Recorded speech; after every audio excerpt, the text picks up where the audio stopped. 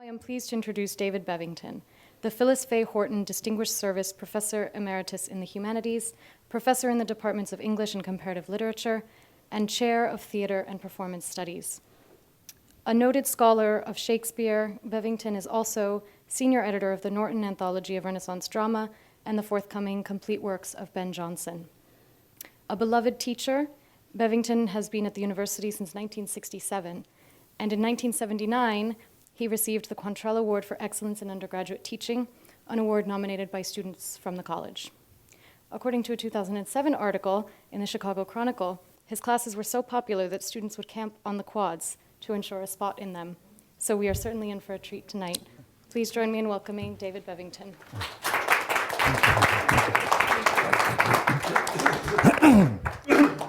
Thank you, Madeline. That was lovely. And I'm deeply honored to be here. Grateful for all of you who helped make this arrangement possible.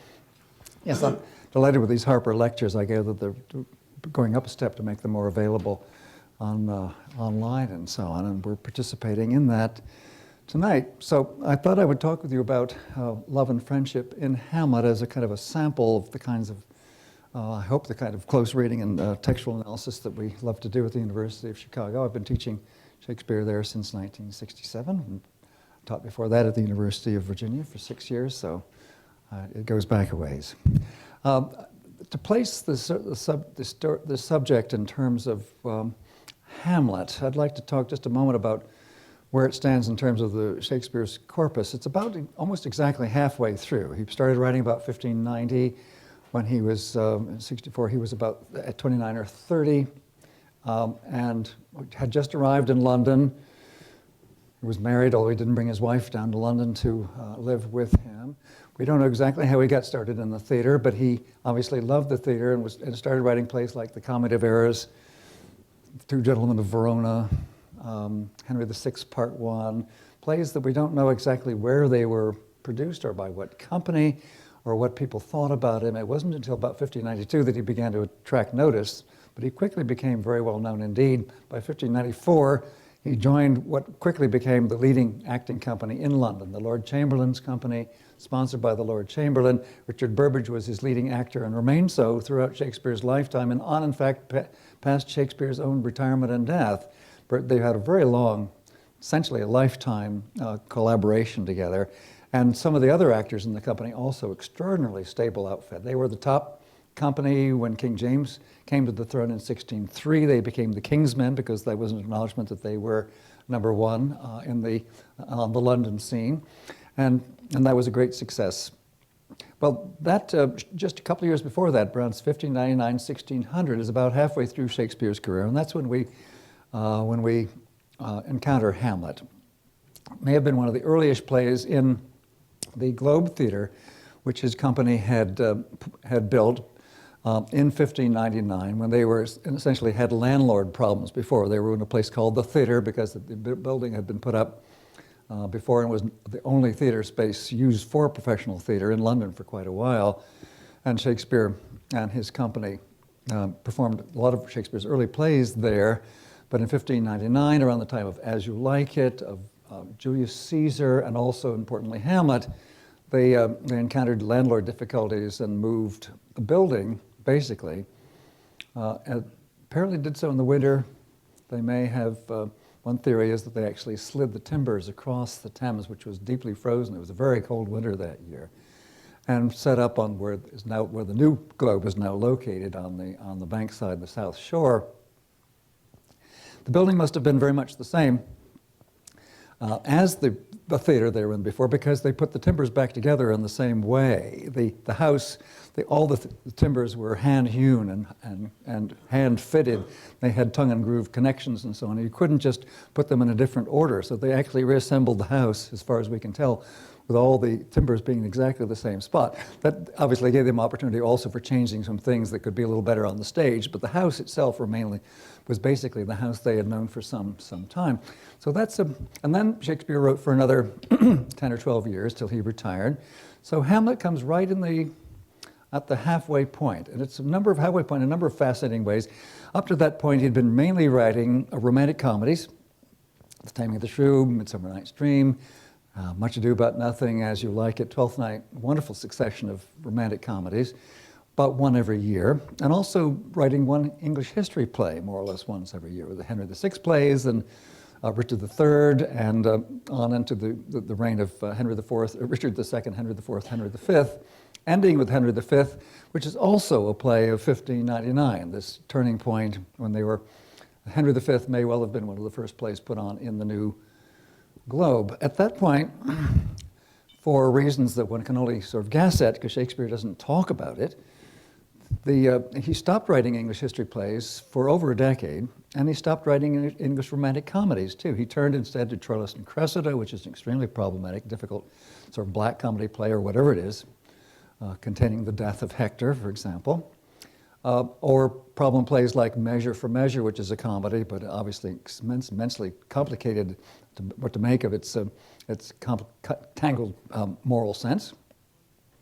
And he started writing tragedies with Julius Caesar in 1599, Hamlet very shortly thereafter, on to Othello, King Lear, Macbeth, an astonishing series of successions, and Antony and Cleopatra, and on to Coriolanus and Timon of Athens and so on, and then the romances he comes back to at the end of his life. But he does, this midpoint divides the earlier romantic comedies and history plays up from the one hand, the period of the great problem plays and the great tragedies. And it's interesting that Hamlet comes so early in that succession.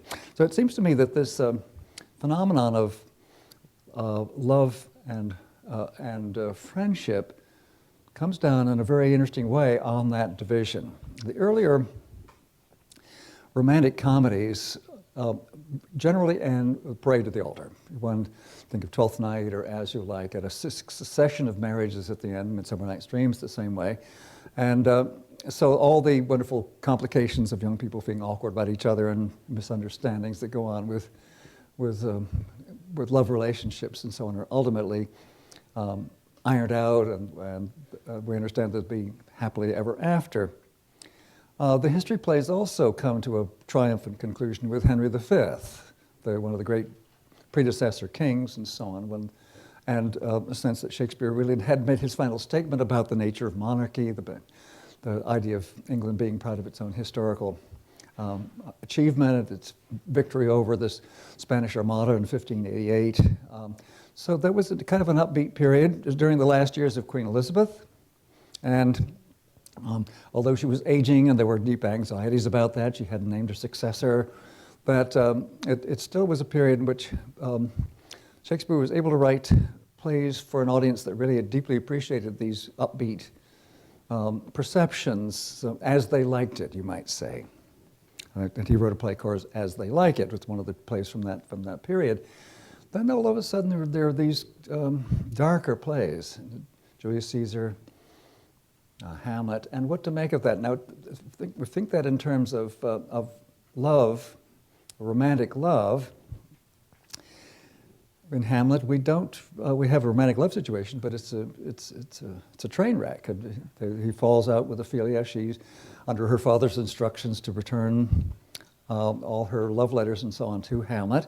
He blows up at her in one of the most painful scenes that he'd written up to that point, saying, "Get thee to a nunnery. Why wouldst thou be a breeder of sinners?"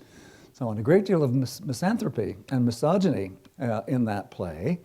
And of course, a lot of it is also directed at his mother, who has distressed Hamlet mortally by marrying the hated uncle, and whom Hamlet can't get along with. And we shortly discover their reasons why not, because his uncle has murdered his father. So the whole Oedipal crisis and so on bespeaks a sense in which love relationships have become deeply problematized. I would want to argue that Hamlet ultimately makes it up with his mother and wants to sort of bring her back what he sees as the abyss of behaving in a very sinful way, and perhaps manages to do so. But that's not the same as sort of romantic happiness, right? And Ophelia's gone. I mean, of course, she ends up going mad, and then she's dead, and Hamlet and Laertes quarreling with each other, fighting each other over Ophelia's grave. Hamlet does say, "I loved Ophelia more than 20,000 brothers," and so on. But that's not the same as a kind of a happy romantic ending. So what has happened? And by the same token, friendship becomes valorized in a way that is much more important than it used to be, in part because romantic happiness seems to have failed, so that the image finally, especially of Hamlet's deep and abiding friendship with Horatio, is seen in this play as one of the places where he can really feel he can count on human experience and have obviously a loving relationship, but one that is not heterosexual romantic comedy. A lot of the sonnets are seemingly written about this same period, and that raises complicated issues also of a young man expressing deep affection for a young male aristocrat, and the love situation in the sonnets is problematic. Toward the end of the series, he encounters this famous dark lady. We don't know if this is autobiographical or not, but a lot of people speculate that it was. And if so, it's a story in which a young woman is taken away by his best friend, but even when he achieves sexual consummation with the dark lady, he hates himself for it. He considers sexuality loathsome, and he's just ashamed of his own performance, as it were. So people have wondered about this, of course. Is something happened in Shakespeare's life that might have turned things around this way?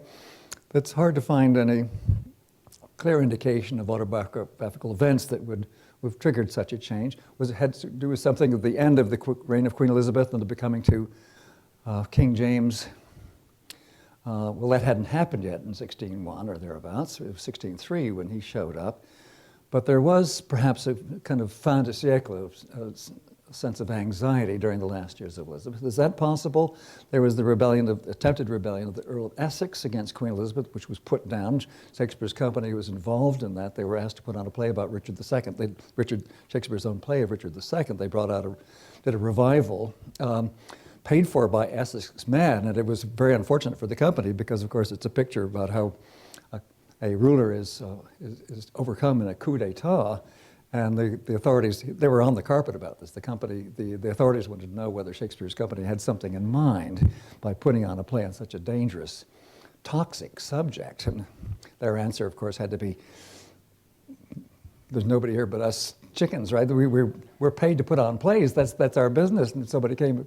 So it was a very, very problematic time that way. And around I guess more in favor of the theory that Shakespeare just is changing genres. It may have had something to do with the zeitgeist as well, but that you feel with Henry V that he's really reached the acme of his achievement in the English historical play. And the same is true of Twelfth Night and As You Like It. Even the titles of those plays suggest that he's done it now. There's Much Ado About Nothing, there's As You Like It, and there's Twelfth Night, the subtitle of which is What You Will. So the kind of throwaway titles suggesting that it was effortless grace. He's arrived with romantic comedy, and having done that, where is he to go after writing Twelfth Night? So you don't get any more romantic comedies of that sort. So he tries something which he experimented very hesitatingly with Titus Andronicus very early on, and a tragedy, but one that is quite unlike anything he wrote later on. And it's very much a study play that is going back to Roman history and imitating other people who've written plays in this genre. There's Romeo and Juliet, which is an absolutely wonderful play, of course, but the first half of it is almost a comedy. It was so delightful, Romeo in love with Rosaline and then meeting Juliet. And it's a great love story and so on. You almost wish it would end happily instead of going in the direction of tragedy. He hadn't really found his métier in writing tragedy, and still he starts with Julius Caesar, Hamlet, and so on. And then, wow, I mean, that's incredible, one after another. Hamlet, Othello, King Lear, Macbeth, that's a pretty good record. So what was it that changed? Well, to go back to how love and friendship fits into it all, let me begin by this part of the topic by reading a bit of Hamlet's view about friendship in this play. We can't say with any certainty that this is the way Shakespeare felt about it, but there's such a strong indication. It comes up particularly when Hamlet is about to put on the play within the play. for Claudius and Gertrude, and the players have just arrived in Encinor Castle. He knows them, they're old friends. He recognizes the chief player, and he knows the boy actor who's with the company, and so on. He jokes to the boy actor, but is your voice changing? And you're taller than when I saw you last, and so on. Clearly very familiar with them. In fact, it's clear that Hamlet loves theater. And now this is his opportunity to test Claudius by putting on a play that will somewhat resemble the situation of his father's murder. If you remember, he complicates that in a nice way by suggesting to the player king that as they're preparing to do this, is you could, for a need, study a passage, some 16 or a dozen or 16 lines that I would set down for you to memorize and put in your player actor king. So of course we'll do that, that's our business. And presumably they do so. Now, one of the great puzzles in studying Hamlet, thinking about that, is there what portion of the presentation, the play within the play, is what Hamlet wrote on that occasion. We'll come back to that in a moment. But at the moment, what I want to talk about is the conversation he has with Horatio. Horatio, of course, has been there since the start of the play. He comes on in the fourth scene, it comes on in the first scene, excuse me, to be with the members of the guard. And they invite him because he's a gentleman and he speaks Latin, and therefore he can talk to a ghost. And he attempts to do so, but the ghost evades him. Horatio sees the point that he's being urged to bring Hamlet, and that happens by the fourth scene of the play. Hamlet comes along too in this very cold night on the battlements of the castle, and the ghost does appear. Horatio, in the meanwhile, there's been a very interesting colloquy between the two of them about the whole issue of faith and skepticism. It's an interesting answer to the question, why does Shakespeare bring in Horatio in such an important role? It's not in Shakespeare's sources, that Horatio is an entirely invented character. From the very start, he's a skeptic. He comes on, the people on watch have seen this ghost 2 or 3 nights now, and they've brought him along because they want to have him talk to the ghost and so on, also to verify their experiment, which they don't know what to make of this. They're terribly afraid about the whole situation. And his response is to say, "Tush, tush, 'twill not appear.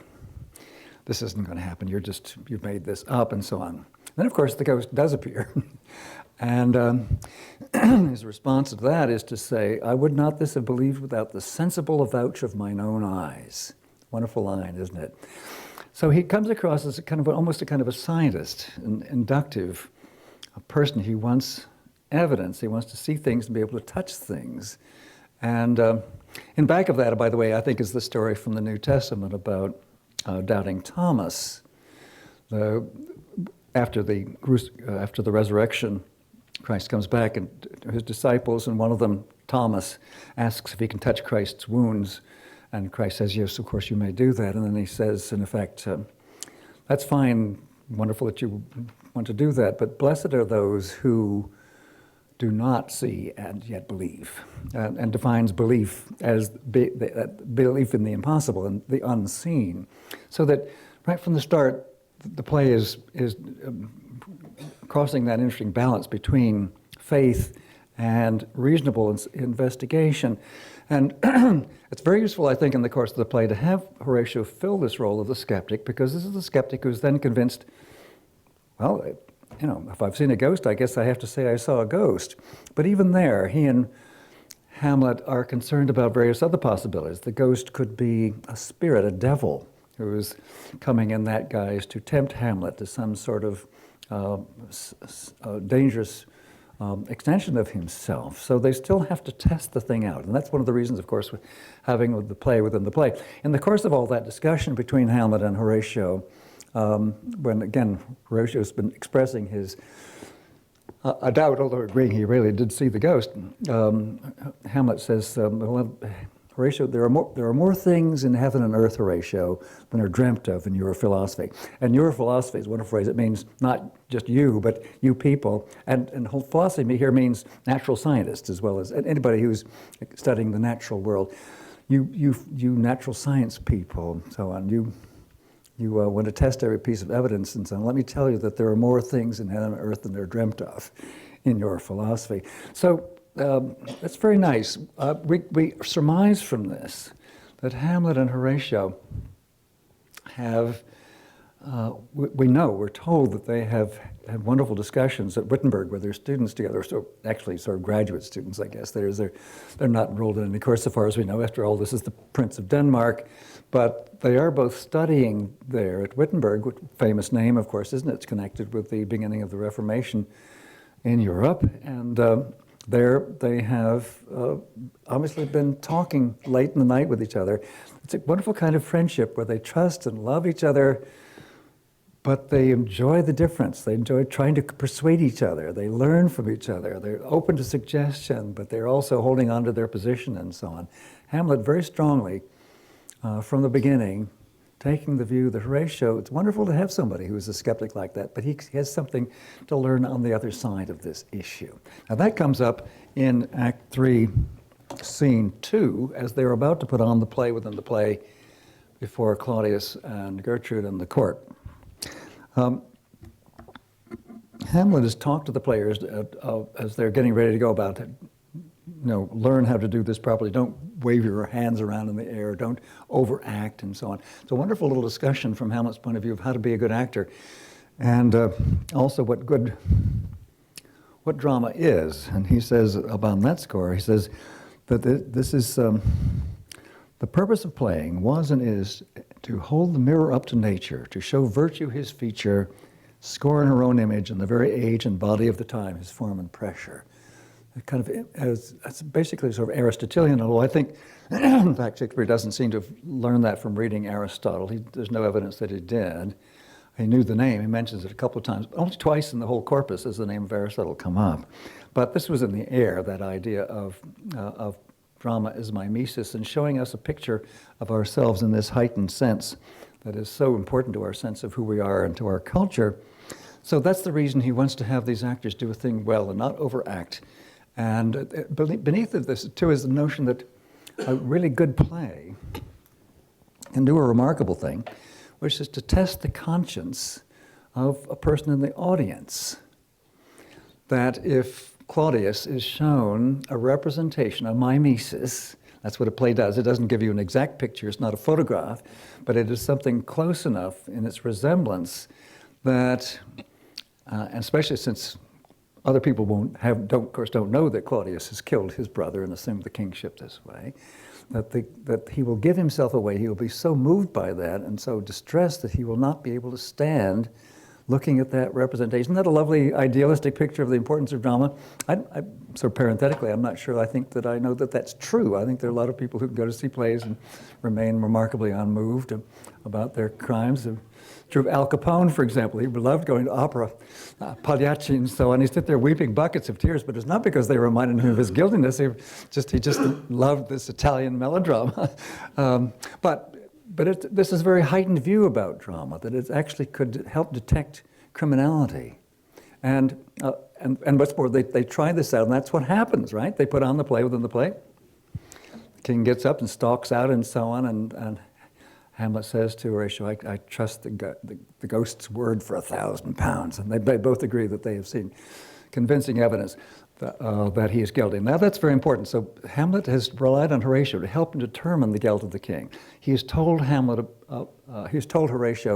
about what he's learned from his father about the murder, and he doesn't tell anybody else. So he has one friend on whom he relies with this obviously critical piece of information, because he wants to have Horatio's help in trying to sort this out. Now, why would he have chosen Horatio? And he speaks about that as the play is about to go on. This is what he says. In a kind of aside, just waiting for the play to start, he says, "What ho, Horatio, here, sweet lord, at your service. Horatio, thou art even as just a man as ever my conversation coped withal." Horatio says, "Oh, my dear lord, please don't embarrass me. Why, I've done nothing." Hamlet won't have that. He says, "Nay, do not think I flatter. For what advancement may I hope from thee, that no revenue hast but thy good spirits to feed and clothe thee? Why should the poor be flattered? No, let the candied tongue lick absurd pomp, and crook the pregnant hinges of the knee, where thrift may follow fawning. Dost thou hear? Since my dear soul was mistress of her choice, and could have distinguished her election, she hath sealed thee for herself. For thou hast been as one in suffering all that suffers nothing, a man whose fortune's buffets and reward has taken with equal thanks. And blessed are those whose blood and judgment are so well committed that they are not a pipe for fortune's finger to sound what stop she please. Give me that man that is not passion's slave, and I will wear him in my heart's heart, I in my heart of heart, as I do thee.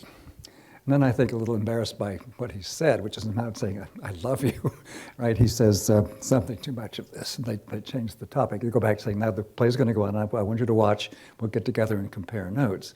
But the rather lengthy pause on the idea of Hamlet's, he's had all this difficulty with Ophelia, she's returned us later, that's over. He's disgusted with his mother's behavior, it's distress about his father's having been murdered, of course, and he doesn't know what he's supposed to do about that. He's got Horatio. And it's interesting to see how it's defined.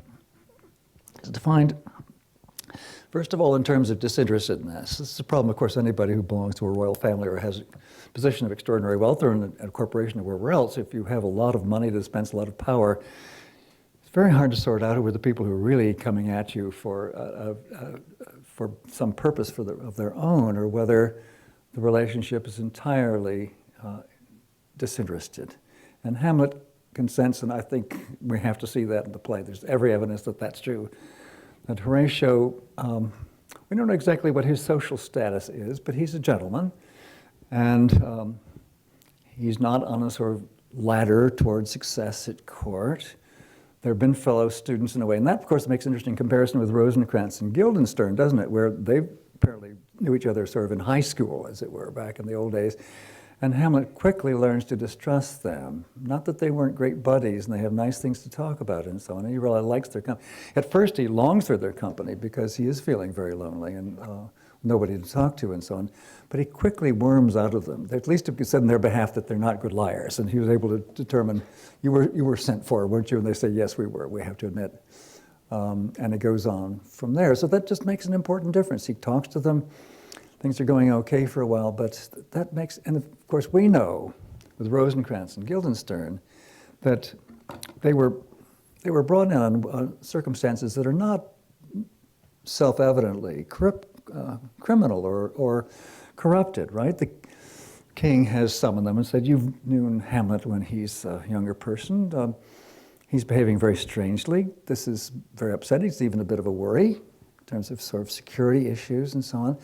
If you could talk to him and find out if there's something that's bothering him, come back and tell us, and that'll help enable us to know what to do about. Now, that as a proposition is a very reasonable one, isn't it, don't you think? And they're loyal subjects. And one of the things that operates at this point is, too, is that Elizabethans believed very strongly, of course, that you should owe obedience to a monarch. They don't know, of course, that Claudius has killed his brother to reach the kingship. They do know that, in fact, he appears to be a very capable administrator. He handles the diplomatic situation with the threatened invasion from Norway with great aplomb, calls off the dogs of young Fortinbras and saves the situation that way. He's a good politician. He's the sort of person who drops names in everything he says. We're talking to Laertes. Laertes is there to get a permission to leave, go back to Paris and so on. And Claudius drops the name of Laertes about 6 times in one long speech to Laertes about why wouldst thou do Laertes that would not be my giving and not thy asking. He also, the thing about Claudius in that relationship, he understands how horse trading is involved in being a capable administrator and so on. He's obviously beholden to Polonius for support, and at this critical moment when he's assumed the kingship and has some things to explain, like the hasty marriage and so on. Obviously, Polonius thinks that Claudius is a very good choice. There was an election. It was an election in the sense of a few electors, of course, not a popular election, but electors more or less analogous to the election of the Papal College, a group of highly placed people in the organization would choose, and they've chosen him. Presumably Claudius picked a good time to kill his brother when Hamlet was way off in Wittenberg, and it would take months or perhaps, or weeks at least, to bring him back. And meanwhile, evidently Claudius has gone around lining things up so that he'll win the election, which he does. And he does that. We sense how he does that, right? So you scratch my back and I'll scratch yours. That's what he says to Polonius about this fairly simple matter about giving an exit visa for Laertes. He said, well, he says to Laertes, your father is absolutely instrumental to everything that I depend upon. I really need him as my leading man. What wouldn't I do for him when he's done so much for me? And the same with you, Laertes, right? You've been a good supporter, and I want to give you this. So he holds these cards in his hand to handle things out, sort of like LBJ, just very good at that kind of horse trading and back scratching. And one of the things, by the way, that's interesting about that, he's obviously compared implicitly with the former king, Hamlet's father, who was portrayed in a very different kind of public figure, right? He was a king who was a warrior, who appears in complete armor, who smote the sledded poleaxe on the ice, who engaged in a duel with the king of Norway, in which the terms were, if you win, you take Denmark. If I win, I get Norway. Think of that as a diplomatic proposition and so on. If we really were trying to do that today, we'd go crazy to have it depend on one person and his strong right arm. But this is calling up that whole idea of the Vikings, right? Of a world now disappeared in which men were giants and stood tall in the saddle. And we've lost that, and now we have politicians instead, like Claudius. Very interesting transition. And Shakespeare, I think, sympathetically sees the pluses and minuses above these two arrangements. But anyway, we now have a smooth politician named Claudius, and Polonius thinks he's terrific, and so on. So things are going very well in those terms at court. Hamlet hates it. He doesn't like politicians. And that's another way in which, say, compared with Rosencrantz and Guildenstern or Polonius or all the other figures in the play and so on, Horatio is someone, they relate in terms of not any kind of back scratching. They have studied together at the university. They so much agree that they can disagree and it doesn't hurt their relationship. They love to argue about these things. And so, to go back to the speech, that's what he's saying. First of all, what advancement may I hope from thee, that no venue hast but thy good spirits to feed and clothe thee? Let the candied tongue lift absurd pomp and crook the pregnant hinges of the knee where thrift may follow fawning. Let other people practice the business of kissing up and making profoundly self-humbling gestures. We don't need that, do we? I'd rather have you. And then he goes on to define that. So first of all, said, somehow my soul has made you the one choice, one friend. She has sealed thee for herself. And then he defines this in terms of the following. Thou hast been one in suffering all that suffers nothing. That a man whose fortunes, buffets, and rewards is taken with equal thanks. Now that's, can arguably be described as a kind of a thumbnail sketch of Stoicism. Roman Stoicism, of which Shakespeare, I think, was knowledgeably aware of what it was all about. And it's a nice full definition. We tend today to talk about Stoicism as when the going gets tough, the tough gets going. Sort of thing that John Mitchell would talk about, for example, right? I think he was quoting that way back in his day. And so you admire people who are gyranes, who are tough, who stand up to adversity and never back down. But that's a very one-sided definition of Stoicism, very sort of, for us, a kind of contemporary one and a highly political one, I would say. The other side of it is lost track of, which is that to be a good Stoic, you must be indifferent to the rewards of fortune, not only the buffets of fortune, but the rewards of fortune, right? You must not pin your hopes on the thought that Lady Fortuna, who is, of course, notoriously fickle and loves to play games of setting you up and then cutting you off at the knees, that what we want is to have a person who sees that those rewards are unimportant in the first place. If you don't wait on Lady Fortune for good fortune, if you're not pinning your hopes on becoming rich or powerful or whatever else it is, then you can't be disappointed. And it's a wonderful idea. We're willing to renounce worldly aspiration as destructive. So tying together some Christian ideas along with this sort of Roman concept about Lady Fortune. Good stuff. And Hamlet, now that's interesting. Hamlet credits Horatio with being like that, and I think quite honestly so, quite correctly. To go on, he says, "Blessed are those whose blood and judgment are so well committed that they are not a pipe for fortune's finger to sound what stop she please. Give me that man that is not passion's slave, and I will wear him in my heart's core, in my heart of heart, as I do thee." So that's what Horatio means to someone who is not passion's slave, who has adopted the right attitude both ways about Lady Fortune. One nice thing about this reference to playing on Fortune's pipe picks up, and it's another illustration of what a brilliant poet Shakespeare, as well as a superb dramatist. Shortly after the play within the play, when the king has risen up and has left the scene in distress, and the queen is upset and wants to talk to Hamlet, Rosencrantz and Guildenstern at this point are dispatched to get a hold of Hamlet and find out what is bothering him, that he has behaved in such an erratic way. They all suppose that in some ways he's mad. I don't think he is, but he has said he would put on a mad act, and he certainly has done that. And they feel offended and distressed about all this, and quite properly so, from their perspective. There's a wonderful moment in the third act, a little bit in the third act, after the play within the play, when the king calls them together. Rosencrantz and Guildenstern says, "I don't like this. This is really dangerous. It's a security problem. It's threatening my life. I'm the head of state. We have to protect my life at all costs." They agree. Guildenstern and Rosencrantz agree vociferously. Guildenstern says, "We will ourselves provide.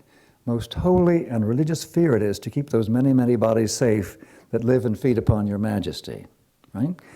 Rosencrantz enlarges upon that. He says, "The single and peculiar life is bound with all the strength and armor of the mind to keep itself from annoyance." That is, any individual. In the course of nature, the natural instinct is to protect one's own life. That's just natural.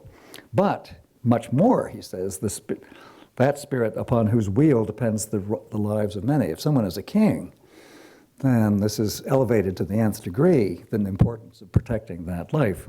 "The cease of majesty dies not alone, but like a gulf doth draw what's near it with it, or as a massy wheel fixed on the summit of the highest mount, to whose huge spokes 10,000 lesser things are morticed and adjoined, which when it falls, each small annexment, petty consequence attends the boisterous ruin.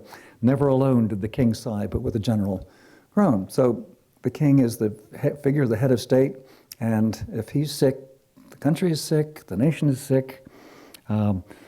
The majesty dies not alone. It brings down everything with it. Now, we still feel that. I mean, we still put, as we all know, just immensely important efforts into protecting the life of our chief head of state, and the assassinations that we've experienced and so on have been just incalculably traumatic. So it almost doesn't really depend on the idea of monarchy, does it? It's really the idea of the head of state. So one other thing to say about that, too, what Rosencrantz and Guildenstern are saying there, this is straight out of sermons that these people all heard in churches, where the Anglican Church there were sermons that were required to be read from time to time about a sermon against willful disobedience and rebellion.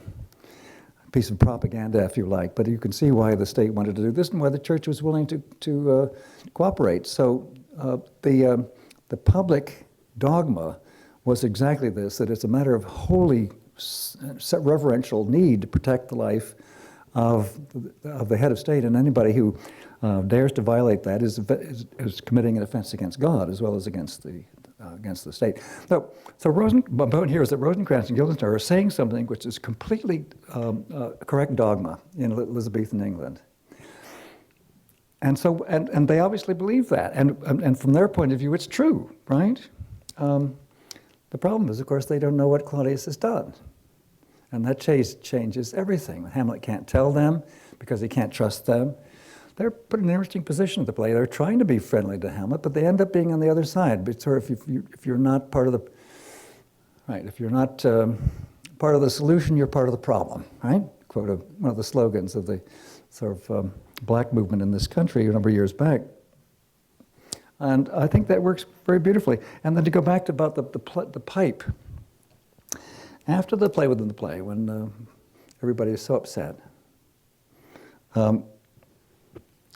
Hamlet is approached by Rosencrantz and Guildenstern, who've come to tell him, first of all, that he's been summoned to talk to his mother. But then they want to say, what is it that's driving you? I thought we were friends. You're behaving so strangely.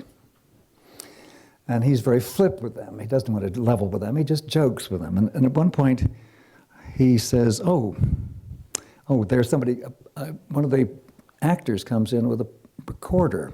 He says, oh, let me see that recorder.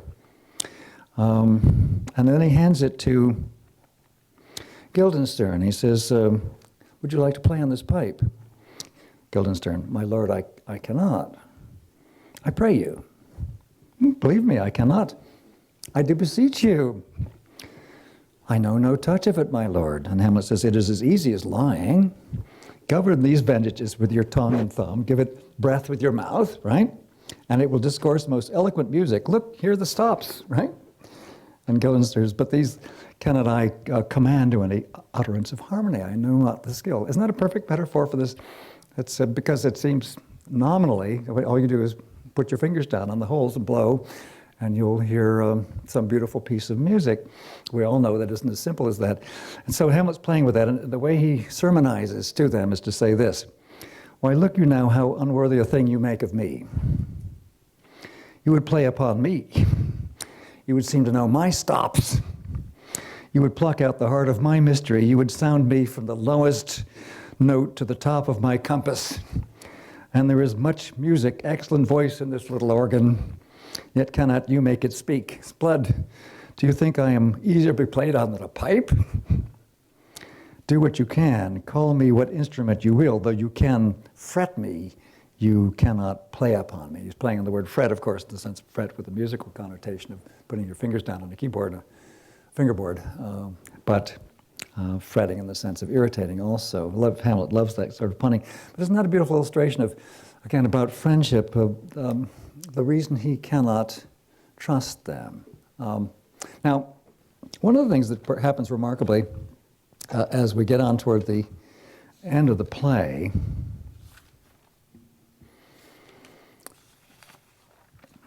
has to do again with Hamlet and Horatio. In the Olivier version, this is left out, the Olivier film version, so that we can end with people saying to Hamlet, flights of angels, I guess Horatio says, flights of angels sing thee to thy rest.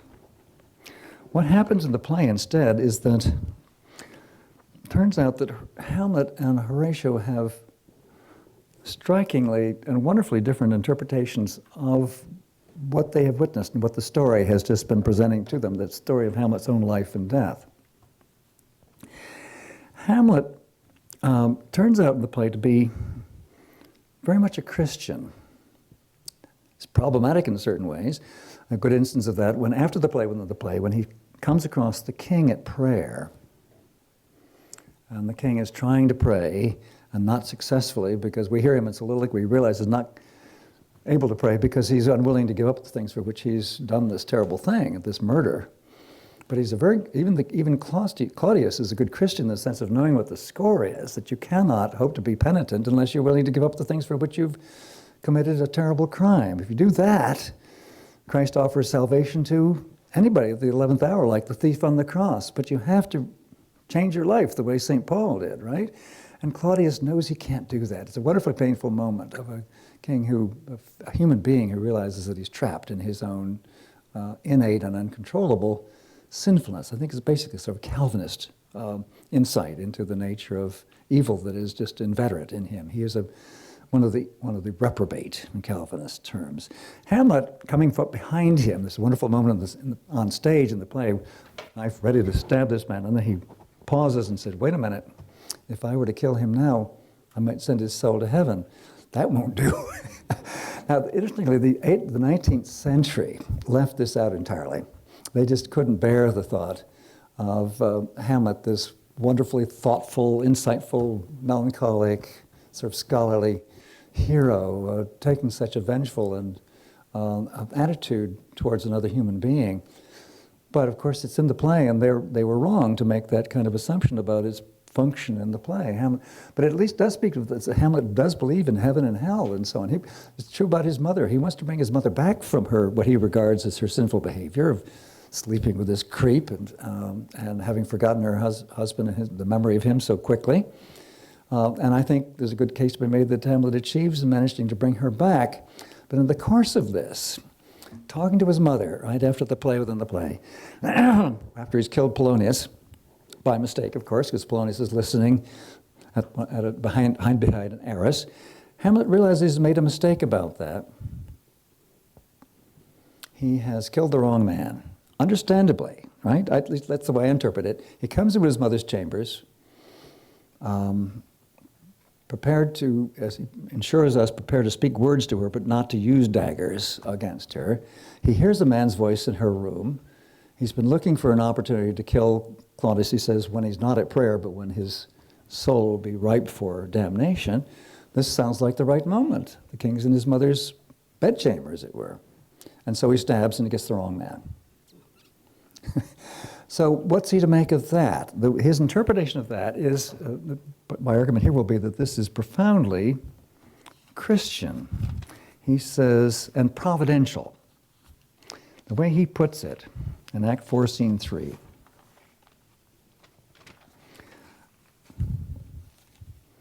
Act 3, Scene 4, excuse me.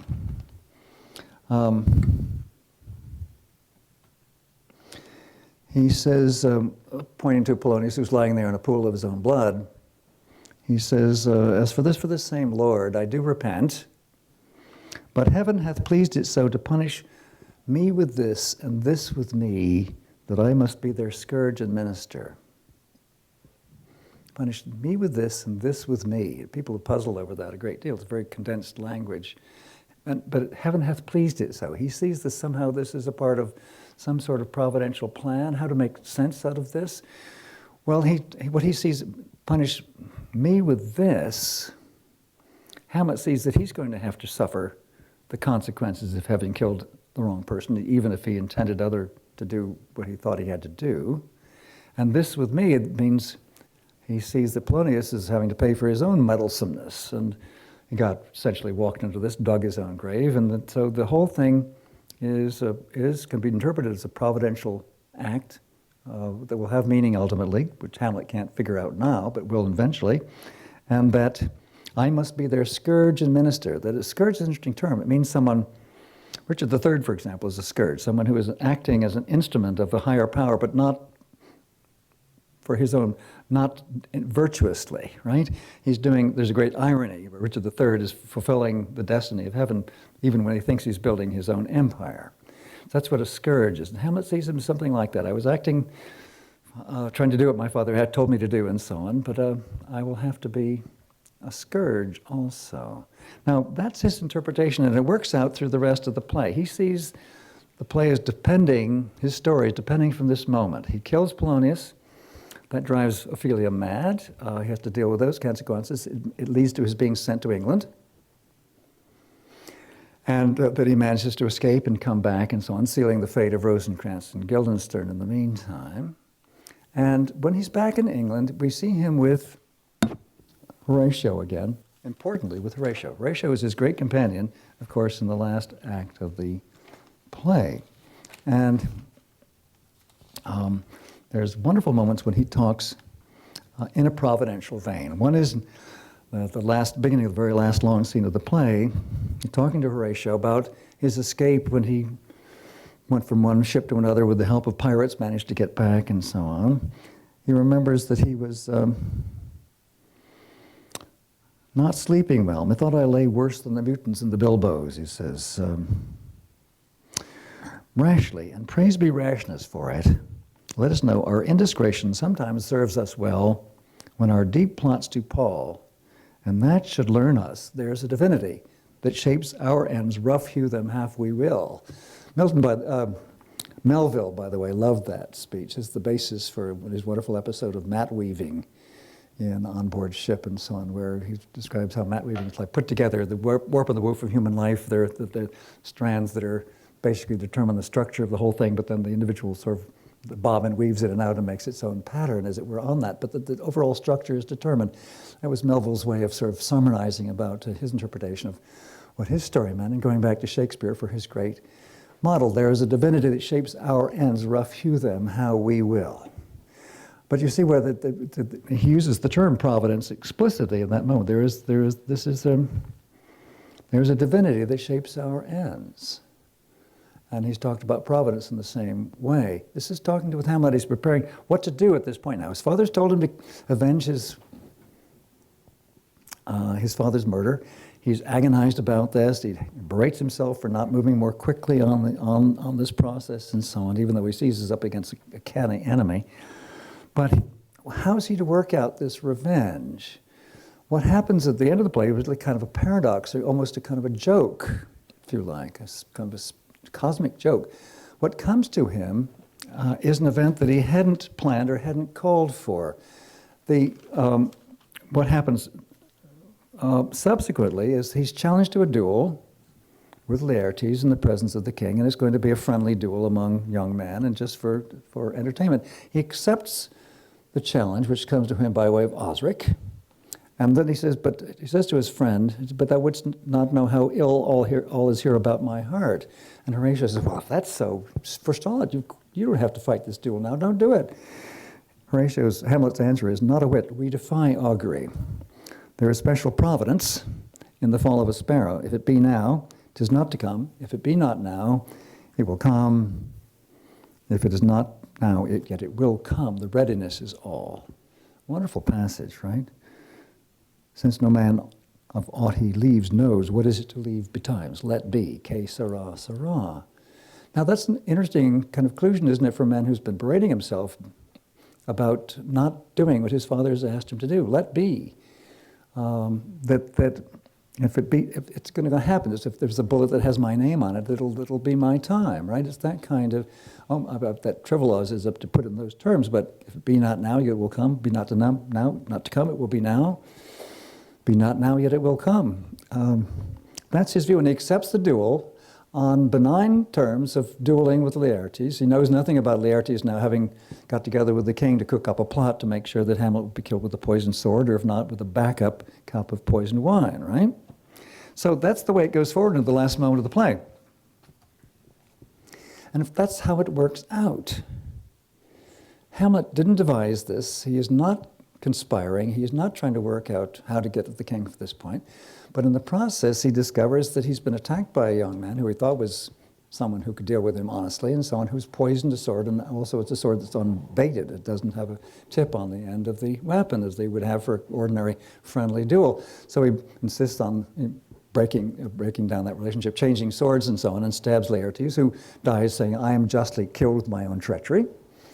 Right?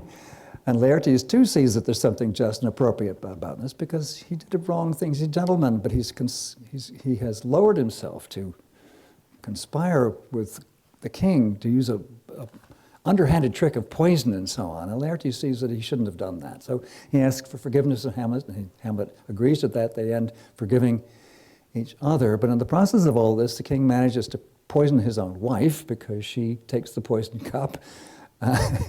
It's almost a joke, isn't it? And but the great joke is that Hamlet, after having berated himself for not knowing what to do, the answer comes to him providentially by means that he could not have devised and has not devised himself. And so his killing, Claudius, at the end is almost an act of self-defense. It's so much on the spur of the moment. Now, so that's, I'm going to end at this point. That's his providential reading of his own story, and it is definitely in terms of Christian theology. But there's Horatio, his dear friend, who his first move with these terrifying last moments, of course, is to want to kill himself. I'm more antique Roman than a Dane. He sees that as going back, a kind of Stoic model of committing suicide when things have reached a point where there's just no remedy. Hamlet insists, no, I want you to draw your breath in pain and tell my story. And so Horatio accepts that responsibility. He should live in sorrow. He's the one who was weeping most for Hamlet's death. The others are dead anyway. And leaves Horatio at the end to explain what's happened to Fortinbras, who's come in and so, rather ironically, has ended picking up all the pieces. He'll now be the king of Denmark.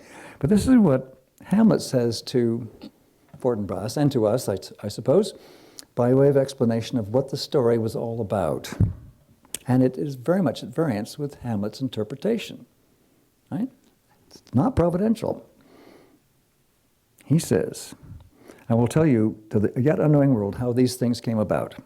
So shall you hear of carnal, bloody, and unnatural acts, of accidental judgments, casual slaughters, of deaths put on by cunning and forced cause, and in this upshot purposes mistook fallen on the inventors' heads. All this I can truly deliver."